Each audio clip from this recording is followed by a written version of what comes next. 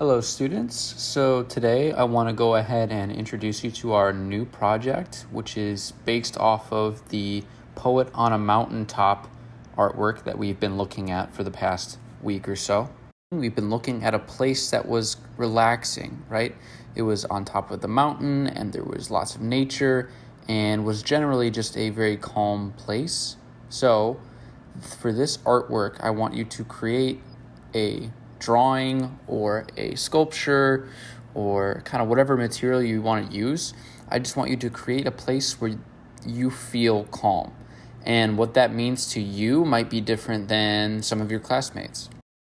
However you choose to make your assignment, you will eventually take a picture of it and upload it to the assignment on Google Classroom.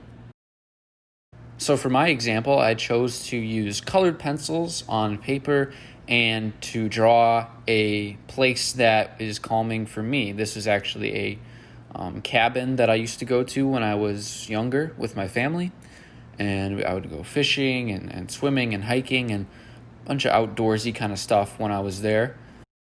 So the first thing that I go ahead and start doing right away is put in my horizon line. And that is the line that goes across your paper to form where the earth and sky meet. And I used a small ruler just to help me do that with a pencil. Next, I start adding the details into the cabin itself. I use the ruler to help put in some lines that can be kind of like shingles on the siding of the house.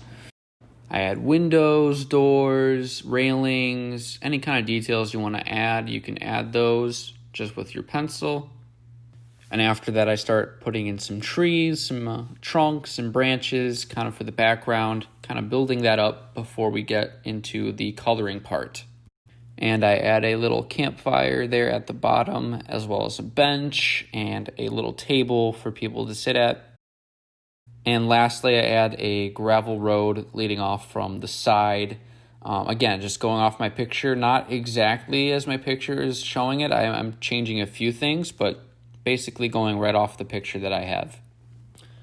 So here you can actually see me start coloring in the cabin, and you'll notice I turned my paper at one point to just kind of make it easier to get into those areas. Notice how when I'm using colored pencils, I'm coloring the same direction for each section that I color. Notice I'm starting off really light. I'm not pressing down too hard with my pencil yet.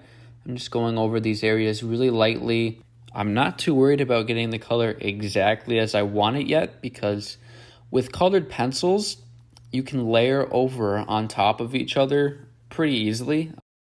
If I lay down a color that maybe isn't exactly what I want, I can always go over it with a different color and change it. And that's the great thing about colored pencils, is they're very forgiving.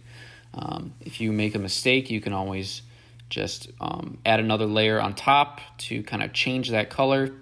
You'll notice when I start adding the color to the windows that I'm using mostly blue, but I'm not using just blue. I'm using blue and even some purple color, and even using that black colored pencil. Again, just going over it lightly to kind of make it a more dark color.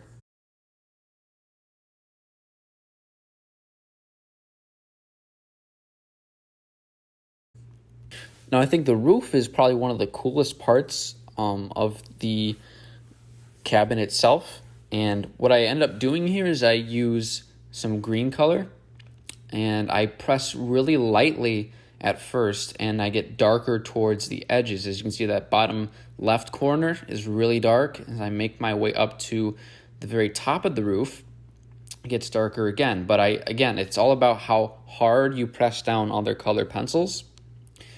To kind of get that gradient is what we call it in art. Another thing you see me doing here is adding in some of that dark gold color, so kind of like a yellowish green, and that changes the whole color of the roof, right?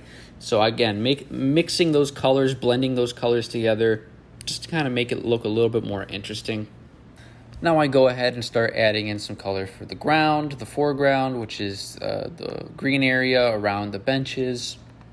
And I kind of make my way around the whole bottom half of the page.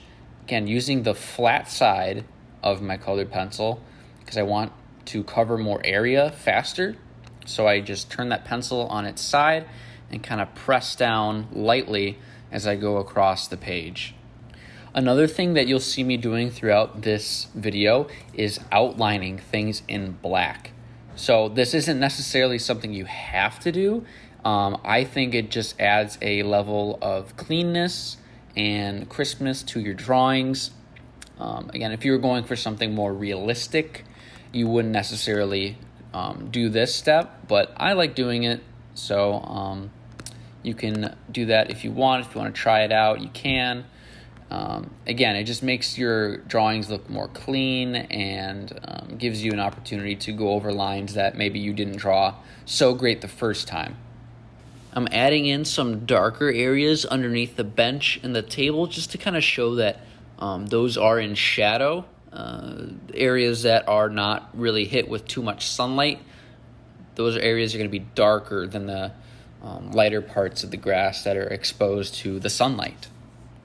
So now I go ahead and start adding detail in for the background, again using the flat side of that colored pencil.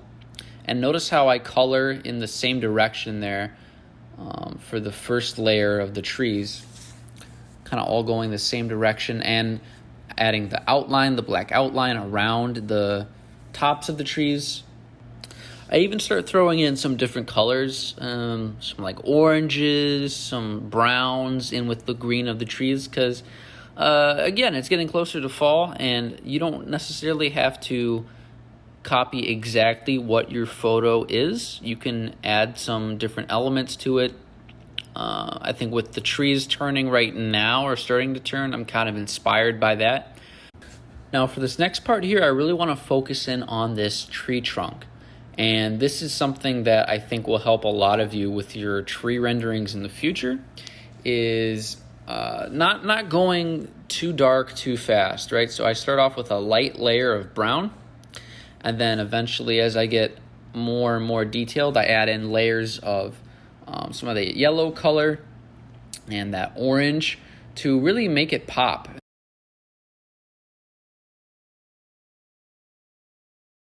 Finally, I add some detail in the treetops. I'm adding more colors.